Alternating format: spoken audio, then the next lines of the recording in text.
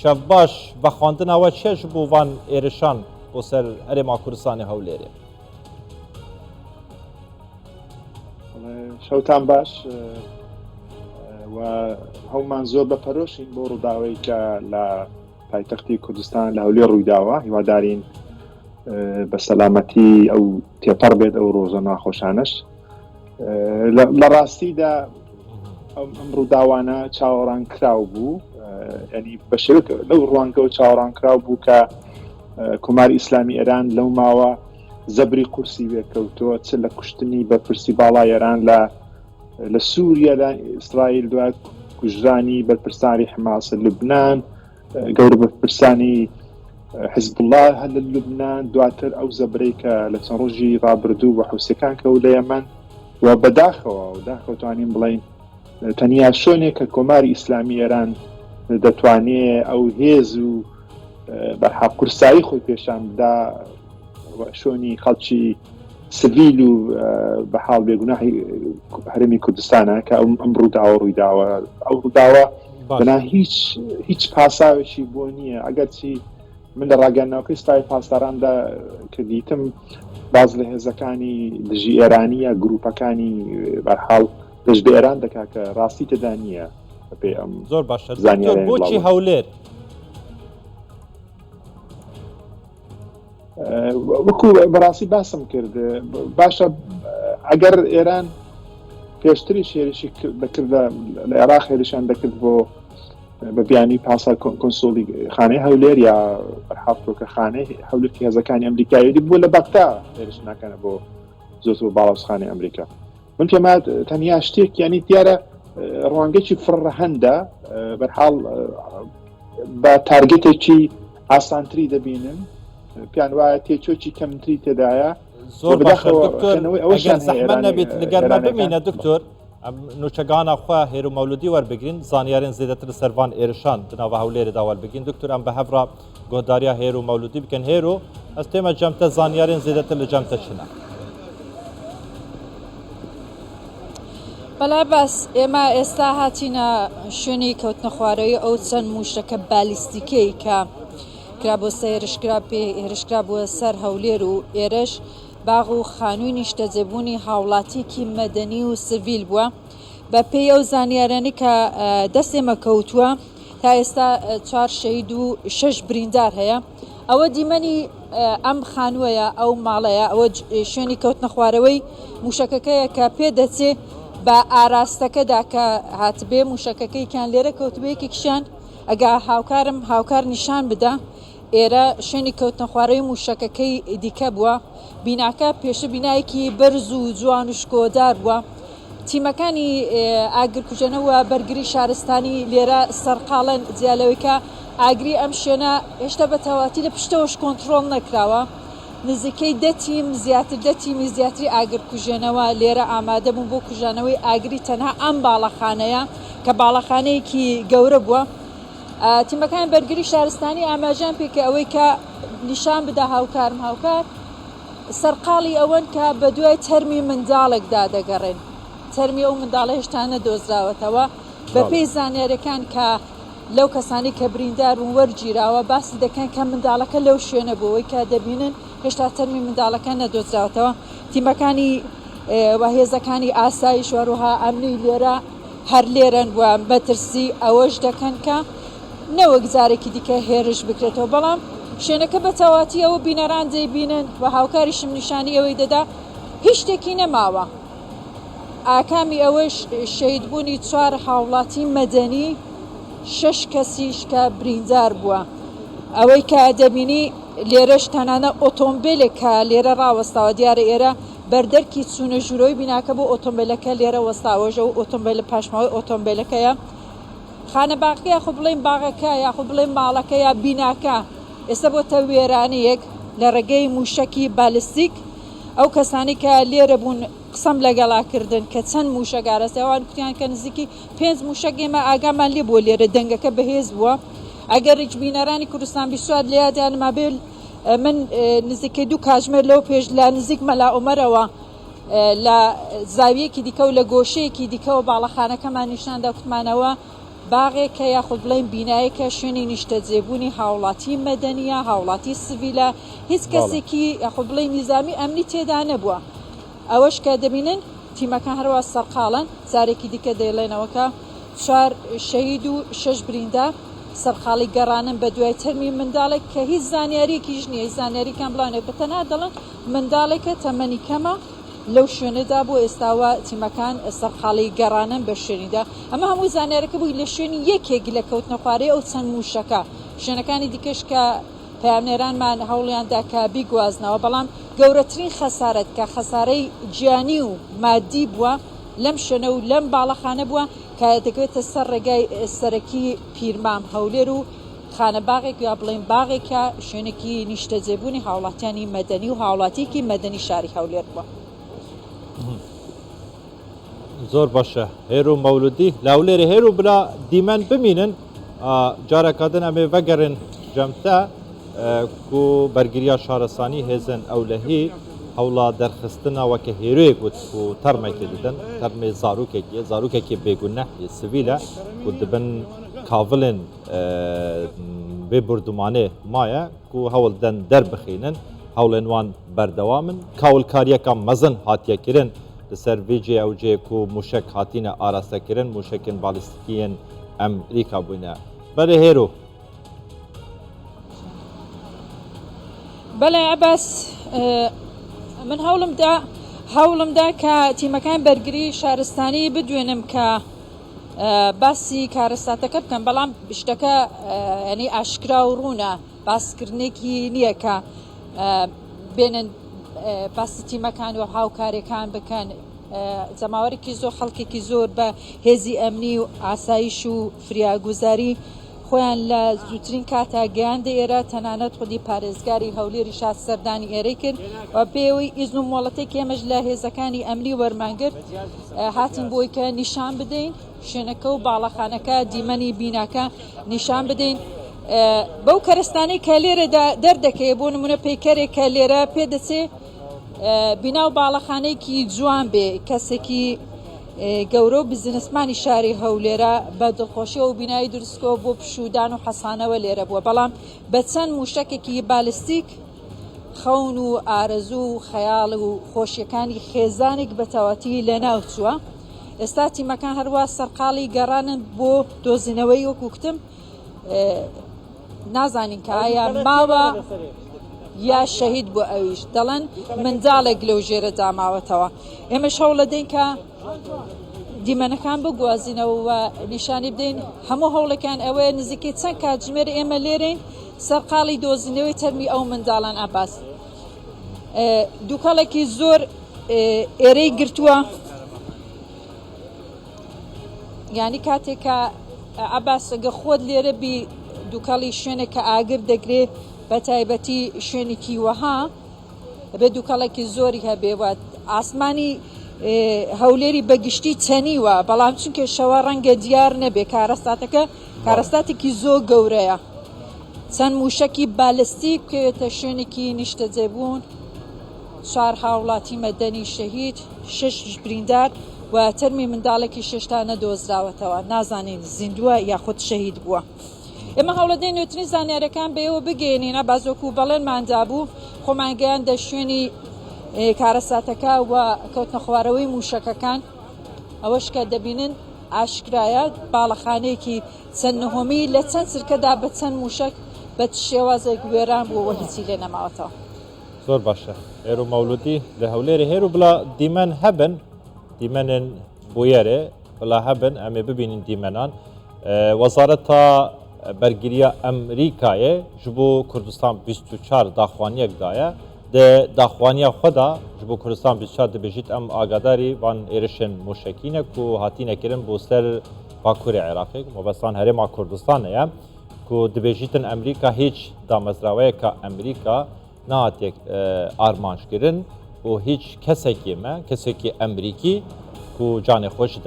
dest nedaye. Ama ji bi vê çendê jî kiriye Wezareta Bergiriya Emerîka ji bo Kurdistan 24 dibêje em raportê dibînin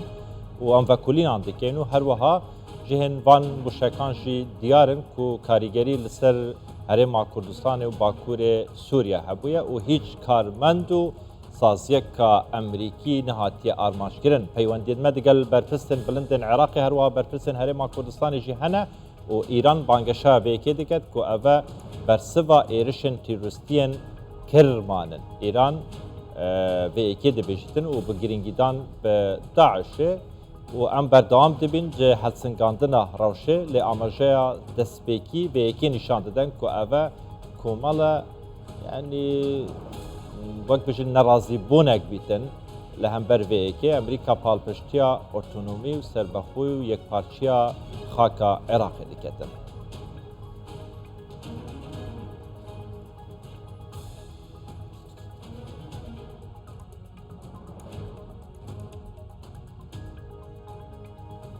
بەڵێ لەگەڵتان بەردەوامە بم وەڵامی وەزارەتی بەرگری ئەمریکا بۆ کوردستان سوچوار ئەوان دەڵێن ئاگاداری هێرشە موشەشەکانین کە کراوەتە سەر باکووری عێراق هیچ دامەزراوەیەکی ئەمریکا نەکراوەتە ئامانج و هیچ کەسێکمان گیانی لەدەست نەداوە ئاماژیان بۆش کردووە ئێمە راپۆرتەکانمان بینیوە هەروەها شوێن پێ و موشەکانە نەمان گرتووە کە کاریگەریان لە سەر هەرێمی کوردستان و باکووری سووریا هەبووە هیچ کارمەند و دامەزراوەیەکی ئەمریکی نەکراوەتە ئامانج پەیوەندیمان لەگەڵ بەرپرسانی باڵای عێراق و هەروەها بەرپرسانی هەرێمی کوردستان هەبووە ئێران بانگەشەیەوە دەکات کە ئەمە لە وەڵامی هێرشە تیرۆریستیەکانی کرمان ئێران و ڕاستکی ئێران بە گرنگیدان بە داعش ئێمە بەردەوام دەبین لە هەڵسەنگاندنی دۆخەکە.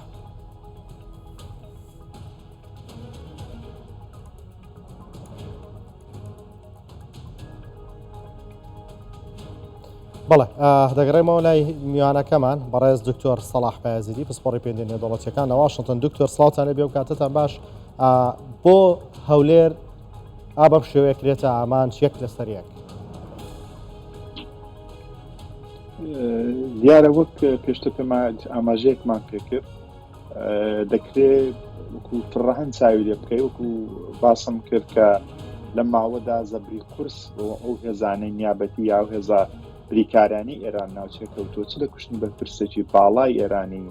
لە سووریا و دواتر بەرپرسانی حەماس لە لوبنان بەرپرسەکانی حیزبوڵڵاوە دوو شەو پێشیش زەبرێکی قوز لە حوسەکان کەوتووە بە هەمان شێوە ئەو ڕووداوەی کە لە کرمان کە نزیکەی 100 کە زیاتر بوونە قوربانی بێ ئێران بەردەوام ئاماژە دەکەی وڵام دەداتەوە بەداخەوەتان بڵم کە تەنها شوێنێکی ئێران پێ وایە تێچۆکەی زۆر کەمە هەرێمی کوردستان بۆ ئەوەش بێمەوە کە پێم وایە ساڵ یا 2 ساڵەوە پێش بوو کە بە هێرشی هاوشێوە بۆ شۆنی مەدەنی کرا لە دەوروبەری هەولێر ئەو کاتی ئەو پرسیاریان ڕوبەڕووی سەرگۆزیرانی ئیسرائیل کردەوە ئەو کوتی ئێران دەزانێت کە ئەمە لەوێبین ئەو ناتوانێت هێرش بکاتە سەر ئێمە بۆیە بەداخەوە کە دەبین لە زۆربەی وڵاتانی عەرەبی باڵێۆزخانی ئیسرائیل لێ ئاڵای ئیسرائیل دەشکێتەوە لە هەموو وڵاتانە لە تورکیا لە مشێوە هەرێمی کوردستان تەنها شوێنێکە کە بە هەموو کێشە و مشکلاتی خۆی توانیوەتی شوێنێکی ئارام و سەقام گرتوو بێت و تێکدانی ئەم سەقام گرتوویە من تەنانەت لە بەرژەوەندی ئێرانیشی نبینم کە هەرێمی کوردستان بە تەواوی بەحاڵ ئەو سەقام گرتووی تێکچێت بەڵام بەرحاڵ و لە کاتێکدا کە پێ وایە کەچووکەمە پێ وایە ئیداری ئەمریکا بەرەو هەڵبژاردنیشی دەچمانگە داهاتوو دەچێت و وڵامێکی ئاوا ئەو تۆی نابێ و هیچمان نەبێ نێزیکەی دەڕۆژ دوو هەفتەیەک دەبێت کە ئەمریکا هیچ وڵامێکی نەبوو بۆ هێزەکانی عێراق بەڵە سووریا و لە عێراق. بەڵێ دکتۆر وەزارەتی بەرگری ئەمریکا لەو وڵاتەوە تا ئێستا هاتووت قسەی کردووە قسەی لەسەرم هێرشانە هەیە کە کراوەتە سەر هەولێری پایتەختی هەرێمی کوردستان وەڵامی کوردستان بچواریان داوەتە بەڵام هۆکار چییە کە تام ساتە عێراق بێدەنگە؟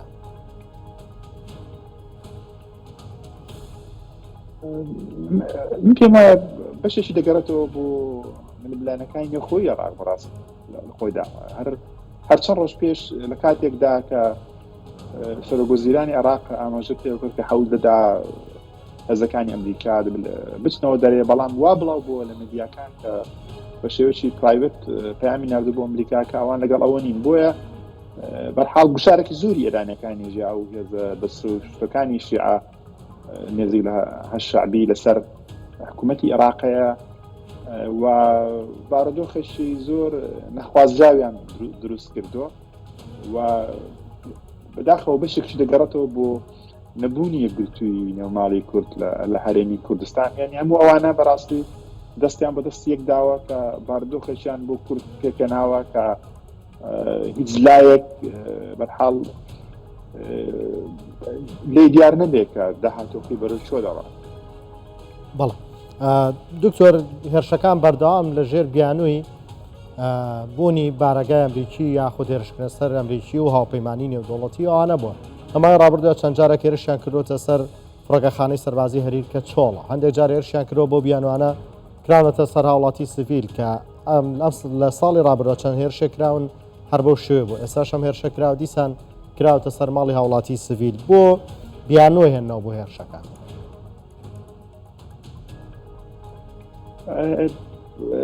ئەوەی کە گویا دەڵم نێزیەکەی 100 هێرش کراوە بۆ هێزەکانی سەر بە ئەمریکا لە عێراق و لە سووریا، بەڕاستی هیچ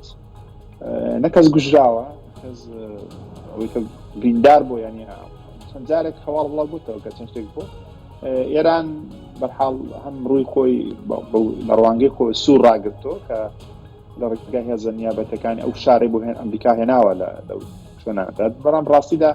هیچ کاردانەوەی توێنە، بەڵام ئەوەی کە ئەو شۆڕووداوە زۆر جیاوازە بەرحاڵ. بەڵام ئەو کەمێکی من لەو بەیانی پنتاگۆن تا ئەندازەیەک پێم وایە یاد بەیانی یەکەم بێت، یا هیوادارم بەیانێکی کە جیاواز بێ بەرحاڵ دەرچوو داهاتوو کە زۆرتر شتەکان لەسەر خۆیان لاداوە کە پاسی وایان کردووە کە هێزەکانیان لە سووریا و لە عێراق هیچ خەسارەت تووشەیان بەسەر ئەوان نەبوو، یا وەکو هیوادارم خۆلادانێک نەبێ لە بەرپرسیارەتیە کە بەرحاڵ لەسەر هەرێمی کوردستان هەیەە ئەو بارودۆخی کە لەسەر هەرێمی کوردستان دێ بەرحاڵ بە شێو لە شێوەکان ڕاستەخۆیان ناڕاستەخۆ بەهۆی واندایە. بەڵام لە کۆتایی شتەکەدان ئەوە بڵێن کە هەر دو هەفتە لەوە پێش کاتێک ئەو تەقینەوەی کرمان ڕوویدا بەرپرسێکی باڵای ئێرانی کوتی ئێمە نەمان هێشت دەوڵەتێکی دەومی ئیسرائیل لە پەنادەستی ئێمە دروست بێت. ینی ئەو هێرشانەمەتە بێ لە ڕەهەندی جیاوازەوە بەرهەڵکردنەوەی بۆ بکەین، پەیوەندی بە ئەمریکاوەیە، پەیوەندی بە بارودۆخی عێراقەوە، پەیوەندی بە بارودۆخی خۆی هەرێمی کوردستان هەیە، پەیوەندی بە پرسی کورد بە گشتن ناوچەکەیە، ینی هەموو ئەوانە بەرحاڵ تێکەڵکێشی هەموو ئەوانەیە لەم ڕووداوە مشە بەداخەوە. دکتۆر بۆ ئەیانەوە هەرێمی کوردستان چێوە بگلێنن لەو ئاڵۆزیانەی هەندێک ناوچە هەیە بە تایبەت شەڕی ئیسرائیل و حەماس لە دوای ئەو شەڕەوە بەردەوام هێرشکراوەتە سەر هەرێمی کوردستان لە ڕێگەی درۆن و موشەکە، بۆ یانەی هەرێمی کوردستان تێوە بگرێنە لەم ئانا ئاڵۆزیانی لە ناوچەکە هەیە. وەکو کوتم بەڕاستی وایە تا ئێستا بەحاڵ ئێران ڕێگای هێزە نیابەتەکانی یا ئێرانەکە وشۆ ڕاستەوخۆ بۆ خۆی ڕاگەیاندەوە بە هیچترسێکە سپای پاسداران هێرش کردەوە سەر هەولێر، پێ وایە تێچووی هەر هێرشێک بۆ سەر هەرێمی کوردستان تێچۆکەی زۆر کەمە. وەکو کوتم ئەمریکا بەرحاڵ لە بارودۆخێکدایە کە هیچ کاردانەوەی نابێگە لە بیرمان بە 2 ڕۆژ پێش کاتێکە ڕووداوی حوسەکان ڕۆیاندا جۆ بایدن لە وتوێژ ڕۆژنامەواندا گوتێمە بچێکی پرایوەت پێیانمان بۆ ئێران ناردووە. لێک 2 ڕۆژ ڕابردوو لە هەندێک میدیاکانی ئێرانی باسی وەکرا کە ئەمریکا جارش کە ڕێگای ئەو پەیامە بەرحاڵ ئامادەجی خۆی دەبڕیەوە کە ڕێگای دانوستان هەندێک کێشەکانی خۆی لەگەڵ ئێران چارەسەر بکە. بەحاڵ ئێرانش بە هەمان شێوەی دووبارە ئەو هەواڵە بڵاو کردێتەوە ناڕاستەخۆ کە لە پیتاندنی ئۆرانیۆم سەرکەوتوتر بۆ 16% تێپەڕاندە و لە دروستکردنی بۆمبی ئەتۆم نزیک دێتەوە. تەنانەت هەندێک میدیاکان باسییان لەوە کرد کە ئێران شاید نزیک 2 تا 3 بۆمبی ئەتۆمی هەبێ. ینی هەموو ئەم هەواڵانە بە حەشەڕێکی دەرونی ڕەوانی شەڕێکی ناڕاستەخۆن بینی و دوو وڵاتەدا دا بۆیە ئێران لەوە دڵنیایە ئەگەر تووشی لەکدانەوە هەڵە نەبێت لەوە دڵنیایە کە ئەمریکا کاردانەوەی ئەوتۆ نابێت و هەرێمی کوردستانیش بەداخەوە لە بارودۆخێکدانێک کە بتوانێت بۆ خۆی ڕاستەوخۆ بەرزگیر لە خۆی بکە. حکوومەتێکی وا بەهێزی نییە لە عێراقە حاڵ بە شێوەیەکی زۆر لەژێ کارگەری بە هەژمۆنی ئێراندایە کە بەحاڵ لەسەر هەرێمی کوردستان و بەجواب بێت. بۆیە هەموو ئەوان دەستیان بەدەستێک داوە کە هەرێمی کوردستان وەکو تارگێتێکی زۆر ئاسان بۆ ئێرانەکان شیمانی بوو. بەڵێ وەکو تۆ باس کرد کە وەڵامی وەزارەتی دەرەوەی ئەمریکا بۆ کوردستان سوچارەوە بۆ کە بە شێوەیەک بە شێوەکان خۆلادانێکی تێدا بۆنەوە هەر لە ماوەی ڕابردوو پێتوانە بۆ ئەمریکا بە شێوەیەک وەڵامی داوەت و تەنها لەو کاتانە کە هێرش کرابێتە سەرخۆی لە ناو خۆی ئەمریکا بە تایبەتی لە نێو کۆمارەکاندا بەحاڵ ئیداری ئەمریکا لەژێر گوشارێکی جار زۆردایە زەخێکی زۆری لەسەرا تەنانەت چەندین جار ئەو سەناتۆر حتمما لە مدیای ئەوەشدا بڵاو بۆتەوە لینزی گرام ئەو کەسایەتی گەورەکانی کۆمارەکان داوای ئەویان کردو کە ئەمریکا بە شێوکی ڕاستە و خۆ لە ناوخۆی ئێران وڵامی ئەمریکا وڵامی ئێران بداتەوە بەڵام ئەو هێرشانەی کە بەحاڵ ئەمریکا کردوێتی چەند هێرشێکی بچووکی کردو لە نێو عێراق و لە سووریا و ئەوەی دوایش کە لە تەنانەت ئەو بۆ حوسەکانیش کە دەڵێن هێرشێکی زۆر گەورە بۆ بەپێی لێکدانەوەیە کە ڕۆژنامەی نیویۆرک تایمز و بڵاویان کردەوە تەنیا 10% تا 15% هێزەکانی بەحاڵ ئەو وانێکی موشەشی حوسەکانی لەناو بردو بەحاڵ خۆی ماوەتە زۆر هێرش هایکی وڵام هایکی ڕووکەش بوونانەی توانیوە بەرحاڵ بە شێوەیەکی وا وڵام ئەو هێرشانە بدرێتەوە بۆیە بەرە هێزەکانی حاڵ سەر بە کۆماری ئیسلامی زەریتر کردووە کە بەداخەوە ئەو کارە ساتێکی ئاوایی لە پایتەختی یاریمی کوردستان هاتوو بەڕووبوونەوە. بەڵێ دکتۆر لەگەڵماندا بێنەرەوە ببرە کە ڕاشتەگرین دێمە لایت هاوکارم ئیسا حەسەن لە واشنگتنەوە لەگەڵماندا ئیسا سڵاو لێ بێم کاتت باش لە ئەمریکا چ باس و خواستەکەیە سەبارەت بە وێرشانەی کە سوپای پازداران کردوێتە سەر هەرێمی کوردستان.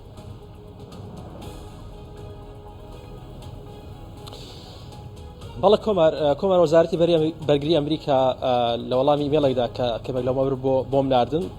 داوەڕوونکردنەوە لێکردن سەبارەت بۆ هێرشانە خۆت تا چەند دامەزراوەکانی ئەمریکای و هێزەکانی ئەمریکا کردوتە ئامانج ئەوان دەڵێن دامەزراوەکانی ئەمریکا نەکراونە تا ئامانجەوە هیچ هاوڵاتێکیشمان و هیچ لە هێزەکانیان جانیان لەدەست نەداوە بەڵام دەڵێن ئێمە ئاگاداری ئەو هێرشانەی و ینی بەوردی ئاگاداری ئەو هێرشان کە کراونەتە سەر هەولێر و دەشڵێن لە پەیوەندی داین لە هاوەهەنگی داین لەگەڵ هەم بەرپرسانی عێراق هەم بەرپرسانی هەرێمی کوردستان وەک لە ڕاگەیاندراوەکەی پنتاگۆن بۆ کوردستان 24 دەڵێ ئێران خۆی بەرپرسیارەتی لەم هێرشانە ڕاگەیاندەوە کە وەکو تۆڵێک بۆ ئەو هێرشانی لە چەند ڕۆژی ڕابردوودا لە کرمان کە داعش بەرپرسیارەتی خۆی ڕاگەیاندکرانە سەر بڵین سەر ئێران بەهۆی ژمارێک کەس گیانیان لە دەستداوان دەڵێن ئێمە بەردەوام هەڵسەنگاندن بۆ دۆخەکە دەکەین و لە پەیوەندیشدان لەگەڵ بەرپرسانی هەرێمی کوردستان و عێراق کۆمار پێشتر هەواڵێک بڵاو بووە کە ئەمریکا بەنیاز لە 1500 سەربازی دیکە بۆ عێراق بنێرن کە هەردێک لە برکە سەربازەکانی لە هەولێر و لە عین ئەسد لە ئەنبار جێگیر بکات بەو شێوە لێکدراوە کە ئەو هێرشەی ئێران بۆ سەر وەکو ئاماژەیەکە بۆ ئەو ناردنی ئەو هێزە سەربازی ئەمریکا بۆ عێراق بەڵام زوو وەزارەتی بەرگری ئەمریکا هەواڵی ڕەت کردەوە کە هێزی زیاتر بنێرنە عێراق و ئاماژەی بۆدا ناردنی ئەو هێزە سەربازیە تەنیا ئاڵوگۆڕێکە ینی خۆتان دەزانن ئەمریکا 2500 سەربازی لە عێراق هەیە و ماوە ئاڵوگۆڕی بە هێزەکانی دەکات پنتاگۆن دەڵێت ئەمە تەنیا ئاڵوگۆڕ بە هێزەکانمان دەکەین کە 1500 سەربازە ئەوانەی لەوێنە دەگەڕێنەوە سەربازی نوێ دەهێنینە عێراق وە بوونی ئەو هێزانشی لە عێراق تەنیا لە یەک ئامانجە ئەویش ڕوبۆڕووبوونەوەی هەڕەشەکانی داعشە کە بەپێی کە ئەمریکا دەڵێت ئەمە لەسەر بانکێشت و داواکاری حکومەتی عێراق لە ناوچەکەین و تەنیا ئامانجمان ڕوبۆڕووبوونەوەی داعشە بەڵام سەبارەت بەم هێرشێکە ئەمڕۆ کراوەتە سەر هەولێر وەزارەتی بەرگری ئەمریکا بۆ کوردستان 24 دەڵێت ئەو هێرشە نەکراوەتە سەر هێزەکانی ئەمریکا و دامەزراوەکانی ئەمریکا بە ئامانج نەگیراون و هیچ کەسێکیشمان لەم هێرشانەدا جانیان لەدەست نەداوە وەزارەتی بەرگری ئەمریکاش ینی دەیەوێت زیاتر لەگەڵ فەرماندەی هێزەکانی ئەمریکا سێنکۆم لەوێ هەواڵی پشتڕاستکرا و لەبارەی هێرشەکان و ژمارەی موشکەکان وە بە دیاریکراوی شوێکراونەتە ئامانج لەوە دڵنیا بێتەوە دواتر ڕاگەندراوی خۆی لەبارەی ئەم هێرشانە بڵاو دەکاتەوە بەڵام ئەمریکا و هەمیشە ئاماژە بۆ دەکات ئەنی بوونیان لە عێراق لە چوارچێ ڕوبڕووبوونەوەی داعش تەنیا ئەو کاتە ئەو کاتێک کە هێرش بکرێتە سەریان سەرهێزەکانیان دامەزراوەکانیان بکرێنە ئامانج ئەو کاتە وەڵامی هێرشەکان دەدەنەوە بەڵام ینی هەمیشە ئاماژش بۆ ئەم هێرشانە جا لە ناوخۆی ئەمریکا لە ناوخۆی عراق یاخود لە دەرەوەی سنوورەکانی بکرێتە سەر عراق ئەمە پێشەلکاری سەروەری و یەکپارچی و سربەخۆیی عراقەوە دەشڵێت ئێران و هێزەکانی سەر بە ئێران هێزە میلیشەکانی سەر بە ئێران کە دیارن چێنە ئەوانە بەرپرسن لەو هێرشانە و دەشن ئەم هێرشانە ینی جگەلەوەی کە زۆر زار بوونەتە هەڕەشە بۆ سەر هێزەکانی ئەمریکا و دامەزراوەکانیان لە عراق هاوکات بوونەتە هۆی مەترسی بۆ سەر ژیانی خەڵک بۆ سەر خەڵکی سڤیل ناسەقامگیری لە ناوچەکە دروست کردووە بۆ هەمیشە داوا لە ئێران و لەو هێزە بە وەکالەتەکانی ئێران دەکەن کە خۆیان لەم هێرشانە هەم بۆ سەر هێزەکانی ئەمریکا و دامەزراوەکانی هەم بۆ سەر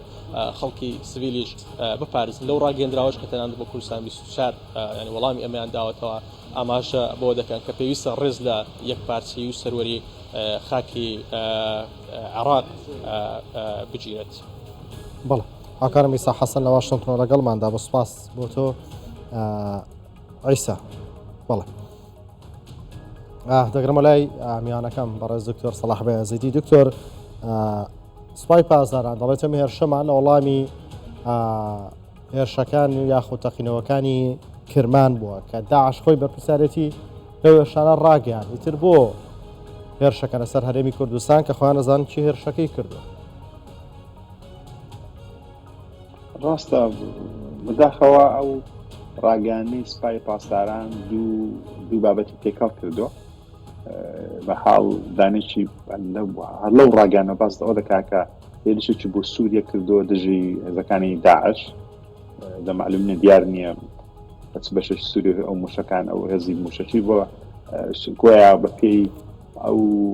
هەواڵانەی کە بڵاو بوو من بیستم لە مدیاکان بە 6 موشەکی پاتە موشەی بالستیک پاتەیش کە هێرشی کردوتە بۆ هەولێر نازانم بە درۆن وشتەش ئەو هێرشە کرابێت بەڵام ویستوێتی هەم لە بەرحاڵ لە کاریگەری و شتەی ئەوەی لە هەولێر ئەو کارە ساتی خڵقاندویەکەمی بکاتەوە هەم بەشێکی مەسرەفی ناوخۆیی هەیە بۆ ناوخۆی ئێران بە خەڵک ئێران ساڵیانێک بوو کە خەڵک لە هەژاری لە بێکاری لە نەبوونی هەموو ئازادیەک ناڵی بەڵام بەردەوام بە پرسەکانی دیان کرد هەر هیچ نەبێ ئەمە ئەمنیەتی نەوخۆیمان هەیە چاو لە عێراق بکەن چاو لە سووریا بکەن چاو لە وڵاتانە بکەن لە ئەفغانستان بکەن بەڵام کە دەبینین بەڕاستی ئەو ئەمنیەتەش لەو خۆدانەماوە لە وڵاتێکی ئاواکە باس لەوە دەکا کە هێژمونێکی ئاوە هەیە لە ناوچەکە هێزێک داعش دەتوانێت دوو تەقینەوە بکە ئەو سەدان کەس بکوژێت و بەردەوام وڵامیان دەبێت بەرحاڵ دەبوو وڵامێکیان هەبا لەو ماوە وەکو باسمان کرد هێرش بۆ سەرخستیەکان کوشتنی بەرپرسانی باڵای سوپای پاسداران لە سووریا و لە حماس حزبوڵا لە لوبنانی هەموو ئەوانە بەداخەوە هەولێر شوێنێکە کە دەبێت بیانیوەک بێنێتەوە و بەداخە ئەو بیانۆشی هێناوەتەوە کە هێزەکانی دژە ئێرانی لە کاتێکە کۆماری ئیسلامی خۆی بە وڵاتێکی بە حاڵ وەکو موسڵمان وێ نادەکا بەڵام لەوەی داگەهوێت لە کەڵک لە مەسەلەی ناسیۆنالیزمی ئێرانی وەرگێ واوێ نامکا کە ئەو هێزانە دژی ئێرانی بوونە بەرخستی دژی ئێرانیان بۆ لەتا بۆ دیار نییە بەرحاڵ ینی لە کۆمبینیشن وەکو لە تێکەڵیەک لەوانە لەو مەقاڵەتە لەو بەحال درۆیە گەورە کەڵکی وەرگرتووە و بەحاڵ هەم بۆ خەڵکی ناوخۆی هەم بە شێوێک دەبینی ئیداری ئەمریکا هیچ وەڵامێکی نییە دیتمان لە ڕۆژانی ڕابردوو کە باستەوە کرا کە وەزیری بەرجەری هەفتەیەک لە نەخۆشخانە بە حملات کراوە کە کۆشکی سپی پێشی نەزانی ینی چۆن دەبێت کۆشکی سپی کە وەزیری بەرگری کەسی سێوم چوارۆمە دوای سەرۆکی ئەمریکا بەحاڵ ئاگاداری حاڵە بۆیە باردوخێکی زۆر سەیر پێکاتەوە کە بەحاڵ هەولێر بەداخەوە دەوتۆتە وەکو تارگێتێکی ئێرانەکان بەها خۆیان پێشاندەن و بڵن وڵامماندانەوە. بەڵێ بەڕێز دکتۆر سەلاح بەیازیدی پسپۆڕی پەیوەندیە نێودەوڵەتیەکان لە واشنگتن لەگەڵماندا بوو سپاس بۆ بەڕێستان